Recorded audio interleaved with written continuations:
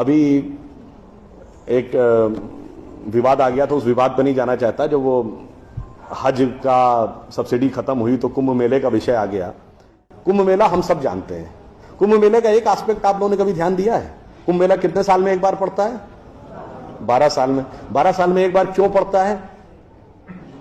क्योंकि वो जुपिटर की साइकिल पर आधारित है। बृहस्पति ग्रह हर 12 वर्ष के बाद अपना एक चक्कर पूरा करके उसी राशि में दोबारा आता है, इसलिए कुंभ मेला 12 वर्ष में एक बार पड़ता है। हजारों सालों से चला आ रहा है, ठीक है। तो इसका मतलब हमको पता था ना कि बृहस्पति की साइकिल 12 साल की है। इनको तो अभी 100 साल पहले पता चला कि बृहस्पति की साइकिल 12 साल की है। और उसके बाद हमको समझा दिया जाता है नहीं साहब हम अनसाइंटिफिक थे। अब आप एक और बड़ी मजेदार बात देख लीजिए। सूर्य ग्रहण और चंद्र ग्रहण पड़ता है तो उसका डेट और टाइम कौन तय करता है? सरकार घोषणा करती है ना, टीवी पे आता है, रेडियो पे आता है, अखबार में आता है। किस बेस पे आता है? नासा की फिजिकल ऑब्जर्वेटरी बताती है कि फला तारीख को इतने बज के इतने मिनट पे सूर्य ग्रहण या चंद्र ग्रहण पड़ेगा, सोलर इक्लिप्स और ल्यूनर इक्लिप्स। मगर ये बताइए 1950 से पहले तो नासा की ऑब्जर्वेटरी नहीं थी। 1920 में जब अल्बर्ट आइंस्टीन ने रिलेटिविटी की थ्योरी दी, उससे पहले रिलेटिव मोशंस ऑफ प्लैनेट नहीं पता था। सॉरी, 1916 में। 1920 में एडविन हबल एक साइंटिस्ट हुए जिन्होंने एक्सपेंडिंग यूनिवर्स की थ्योरी दी, उससे पहले एक्सपेंशन ऑफ यूनिवर्स नहीं पता था। 1900 में मैक्स प्लैंक साइंटिस्ट हुए जिन्होंने लाइट की क्वांटम की थ्योरी दी, फोटॉन्स वाली, उससे पहले प्रोपोगेशन ऑफ लाइट ही नहीं पता था। 1897 में जे टॉमसन ने इलेक्ट्रॉन खोजा, उससे पहले आप मानते थे एटम अनडिविजिबल है। और 1633 में आप ये कहते थे, गैलीलियो को फांसी दे रहे थे इस बात के लिए कि उसने कहा सन रिवॉल्व्स राउंड द अर्थ गलत है। तो भैया आप 380 साल चल के जहां पहुंचे हैं, हमारा पंचांग तो युधिष्ठिर के जमाने से एज इट इज चला आ रहा है। 51 मतलब ये लॉजिक नहीं है, ये तो साइंटिफिक। फिर भी हमें समझाया जाता है कि साहब जो हमने सोचा वो सब हम अनसाइंटिफिक थे, हम गलत थे। बड़ी मजेदार बात है। इन ए स्पैन ऑफ लिविंग जनरेशन, 50 साल में देखिए ये जो अर्बन नक्सल्स थे उन्होंने हमारे दिमागों में क्या क्या भरा और फैक्ट क्या था। 50 साल पहले जिस जिस चीज का मजाक उड़ाया गया वो चीज आज ठीक उसके उलट हो गई। 50 साल पहले कहते थे अरे यार ये अगर खेती करनी है तो mechanise farming, chemical fertiliser use करो। गाय के गोबर से कोई खेती होती है? आदमी चांद पे पहुंच गया, तुम गाय के गोबर पे पड़े हो। आज नहीं, ऑर्गेनिक फार्मिंग। 50 साल पहले क्या कहते थे? अरे भाई ये जड़ी बूटियों फल पत्ती खाने से कोई इलाज होता है? नीम हकीम खतरा है जान। खाना है तो नई दवाएं खाओ, क्लोसिन, मेटासिन, टेरामाइसिन। आज आप क्या कहते हैं? नहीं, केमिकल नहीं, हर्बल मेडिसिन की तरफ जाओ। ठीक, आज से केवल 50 साल पहले आप ये कहते थे, जब हम कहते थे पेड़ों की रक्षा करो, जंगल की रक्षा करो, पहाड़ की रक्षा करो, कहते थे this is the reminiscence of a primitive tribal civilisation. आज 1992 के रियो डी जेनेरो से लेकर 2009 के कोपेनहेगन से लेकर 2016 के पेरिस तक आप कहते हैं नेचर फ्रेंडली डेवलपमेंट करो। भैया सब कुछ उलटता जा रहा है। जो हमने कहा, जिसका आपने मजाक उड़ाया, वो सब कुछ सही होता जा रहा। अब मैं एक और बात कहूंगा जिसका कि बहुत मजाक उड़ाया गया, शायद हम लोग कभी ध्यान नहीं देते।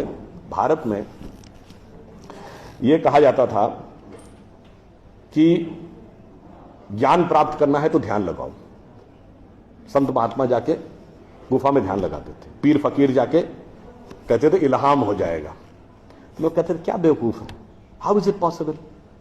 ऐसा कहीं हो सकता है क्या कि जाके ध्यान लगाया और ज्ञान प्राप्त हो गया? If you want to attain knowledge you must outreach, understand the things, meet the people, visit the place, like what Darwin has done. अब 50 साल बाद मैं आपसे पूछता हूं, आपको न्यूयॉर्क टाइम्स अखबार पढ़ना है तो 2 रास्ते हैं। एक, यहां से दिल्ली से न्यूयॉर्क की फ्लाइट पकड़िए, 16 से 22 घंटे लगेंगे डिपेंडिंग अपॉन योर फ्लाइट, और आज का अखबार कल पढ़िए।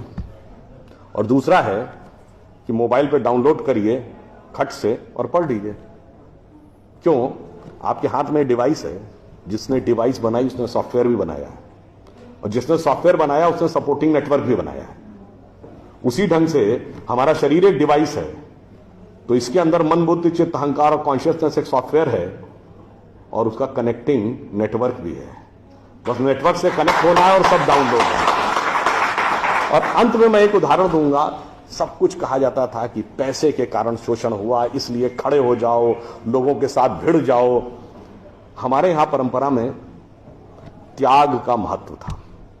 हम आपसे पूछें, दो राजा बताइए जो सबसे बड़े महान माने गए भारतीय संस्कृति में, राजा राम और राजा हरिश्चंद्र। दोनों इसलिए कि त्याग किया, इसलिए नहीं कि बड़ा बड़ा इलाका अलेक्जेंडर द ग्रेट की तरह कब्जा कर लिया।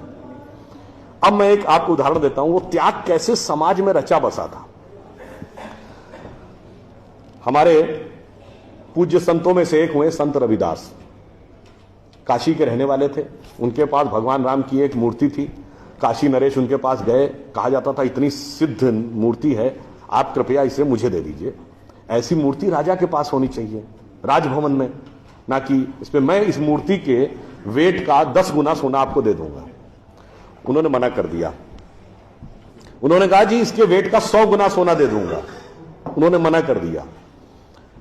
तो राजा को थोड़ा क्रोध आ गया। उसने कहा ऐसा है रैदास जी, आज जिस झोपड़ी में रह रहे हैं इसमें जितना सोना आ सकता हो नीचे से ऊपर तक उतना भर लीजिए, उतना मैं आपको देने को तैयार हूं। तो एक बार उनकी पत्नी का मन आया कि भाई ऐसा बढ़िया ऑफर नहीं मिलेगा, अब हमें इस पर विचार कर लेना चाहिए।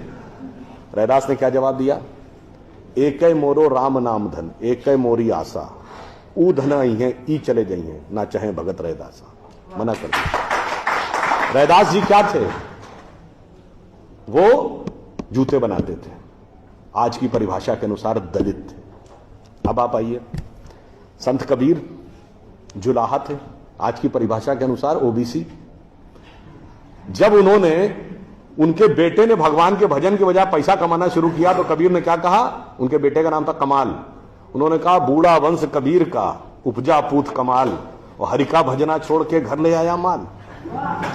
यानी उन्होंने उसको डिस्कार्ड किया। आप त्याग में रह के दिखाएंगे। अब आप आइए, मीराबाई राज परिवार की थी आज के हिसाब से, फॉरवर्ड। और उन्होंने क्या कहा? पायो जी मैंने राम रतन धन पायो, और जन्म जन्म की पूंजी पाई बाकी सबे लुटायो। उन्होंने भी पैसे की तरफ नहीं रहा। और अंत में ये सब एक ही कंटेम्परेरी है, तुलसीदास जिन्होंने रामचरितमानस लिखी, वो ब्राह्मण थे, फॉरवर्ड आज के जमाने के हिसाब से। कहा जाता अकबर उनके पास गए। अकबर ने कहा कि आप हमारे दरबार में आकर स्थान ग्रहण करिए, हम आपको 60,000 की मनसबदारी देंगे। उस जमाने में मनसबदारी एक रैंक होती थी।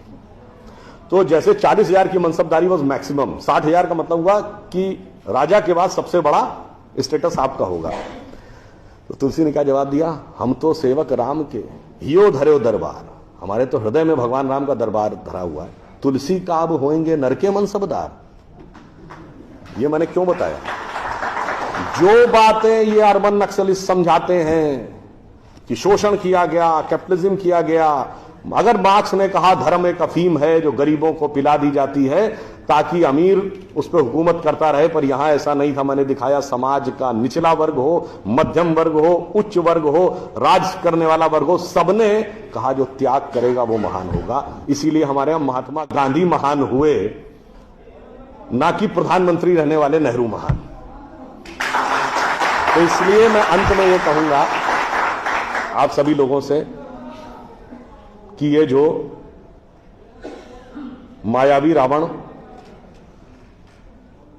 साधु का वेश बना के आता है, सूक्ष्म दृष्टि से इसको समझिए और आश्वस्त रहिए कि वो चाहे कितना भी मायावी हो, अंत में विजय हमारी ही होगी, क्योंकि हम आज दुनिया के यंगेस्ट नेशन है। जैसा अभी नलपत जी ने कहा ना कि भाई people like us we are in minority. हम देश दुनिया के सबसे युवा देश हैं, यह सत्य है, मगर यह अर्ध सत्य है। हम सबसे युवा देश और सबसे प्राचीन सभ्यता है। We are the youngest nation and the oldest civilisation. तो एक गौरवशाली हमारा भूतकाल है और एक शानदार भविष्य है जो हमारी प्रतीक्षा कर रहा है। बस बीच के इस माया के प्रपंचों को से हम बचे रहें तो कहीं कोई संदेह नहीं है। एक पंक्ति कहकर समाप्त करूंगा कि गौरवशाली था भूत, भविष्य भी महान है, अगर संभालें आप उसे जो वर्तमान है। धन्यवाद।